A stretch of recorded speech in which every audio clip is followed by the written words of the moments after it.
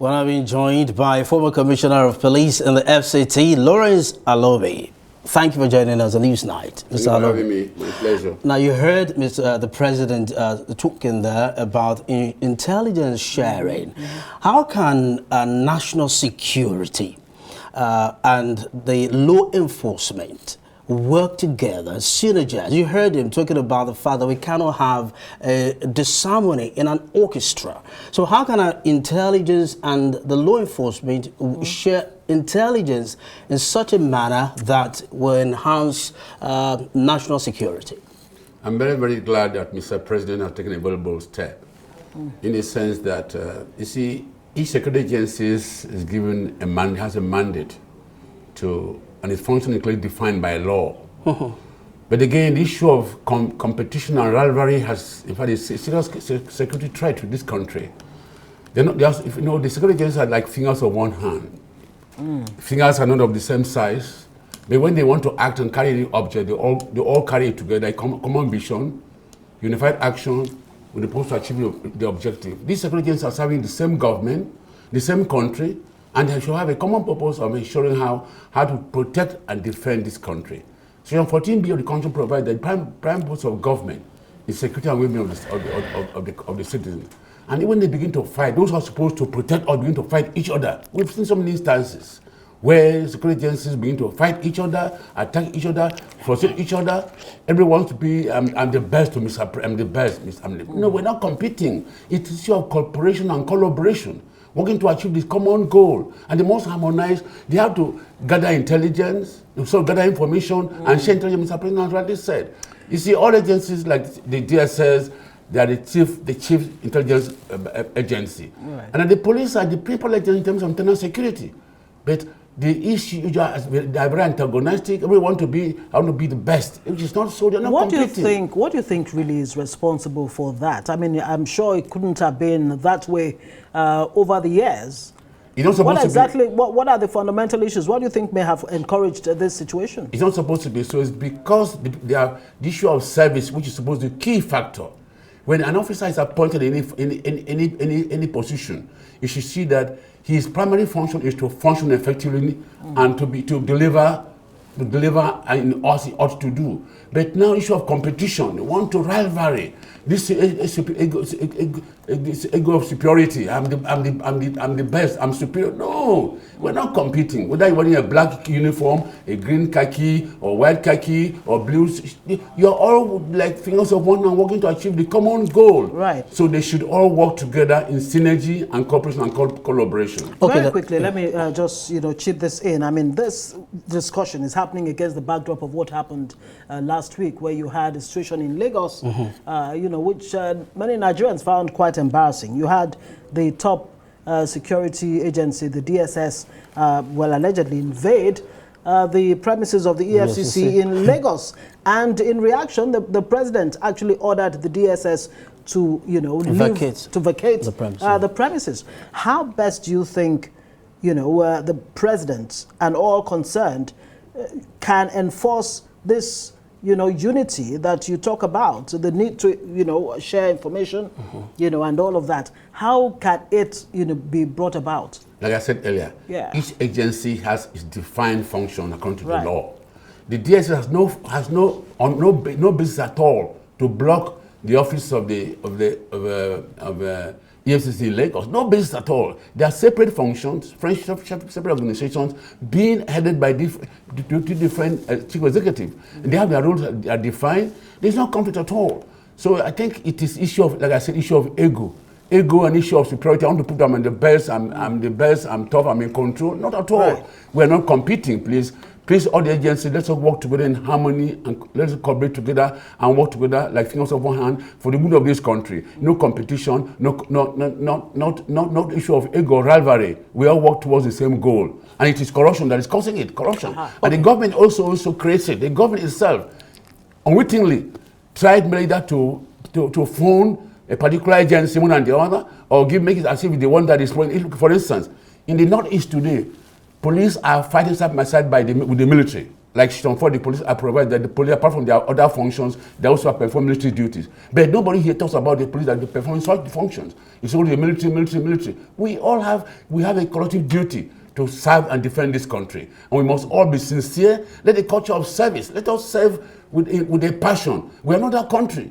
Let's not put aside the issue of materialism, what we gain. At the end, what legacy do you leave behind? Okay, so now I see that the president is trying to achieve that synergy between our intelligence agencies and security networks. Now, you know pretty well that network fusion and co-located liaisons are very paramount when it comes to intelligence sharing. Talk to us about how we can enhance and better facilitate our network fusion between these security agencies to better achieve national security. You see, when I was Safety Federal Operations, I was the longest ever in that office for 5 years. We have what they call joint operation room. That operation room, every security agency has an officer. And we gather information from all the states, all the state commanders, ground commanders, and at the end, we collect all and send to the developed chiefs. If it is about intelligence, about internal security, whatever area that affects their own function, they'll act accordingly. So they need to, for important thing is understanding that we're not here to compete with one another. We're here to work together in a very cooperative and collaborative attitude. Nobody should feel important than the other. Nobody should feel important. Nobody can do it alone. Absolutely. But again, we are trying to over-militarize policing and law enforcement in this country, in a democracy. We'll come to that. Let's quickly bring this in. The Inspector General of Police, Usman Alkali Baba, is asking policemen across the country to double their efforts to maintain peace and stability in the face of prevailing threats following the removal of fuel subsidy and impending strike by organized labor. Well, the IGP gave the charge during a meeting with strategic police managers in Abuja. Well, Arise security and defense correspondent Ferdinand Roja has that story. The meeting is the first to be held in this new dispensation.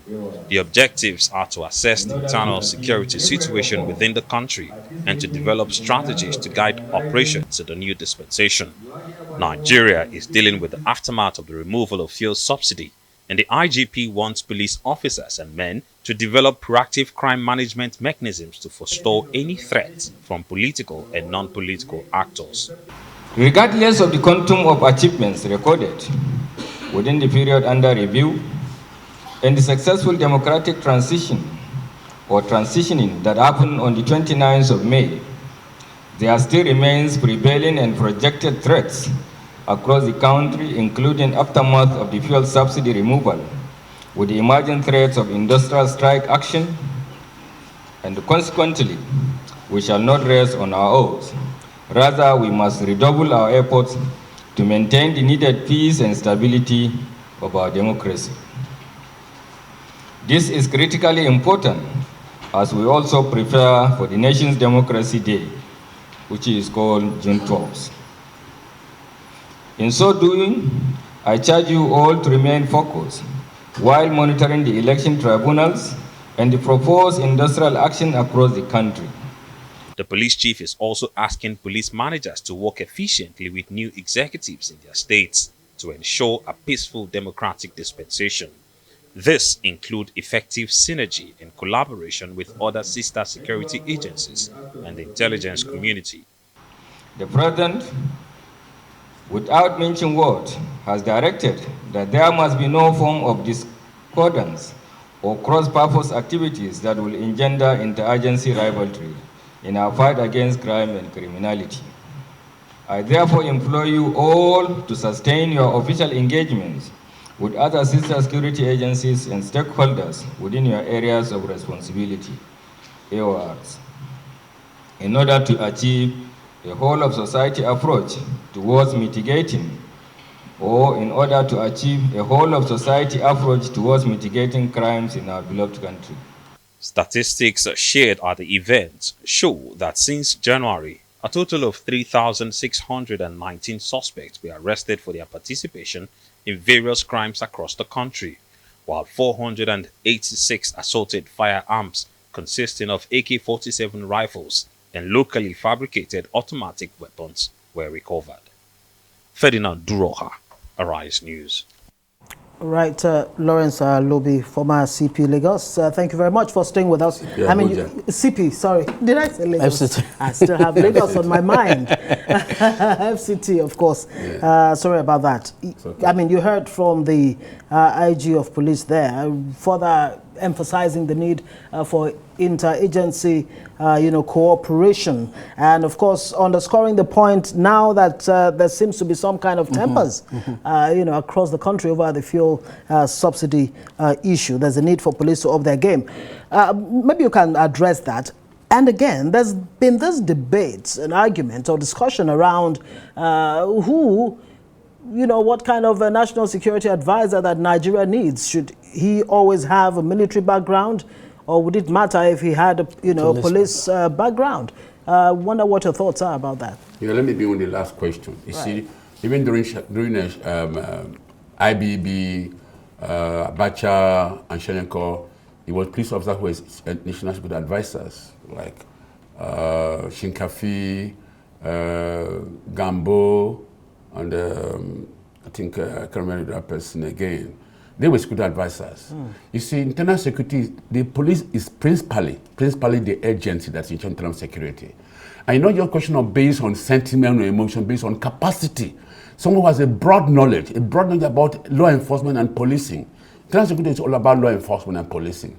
You see, military functions are defined, military functional operations are defined. But in terms of internal security, it is a police officer who should have the capacity, who should know in terms of operations. Like now, the IG just elected all officers, one officer of the police command, that you have to, in security architecture, you have to think ahead, plan, and walk ahead. You have to be proactive.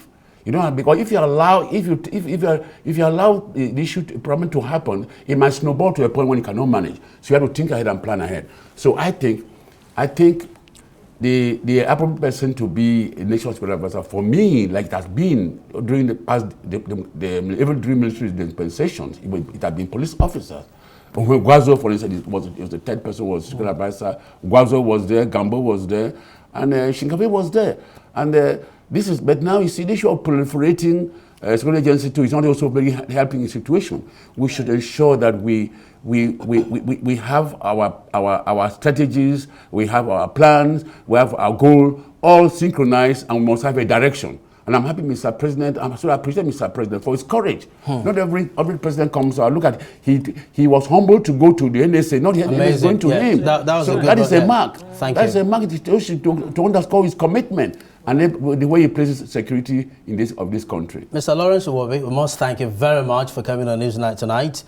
Former Commissioner of Police, FCT. Federal Capital Territory, FCT. My pleasure. Thank you.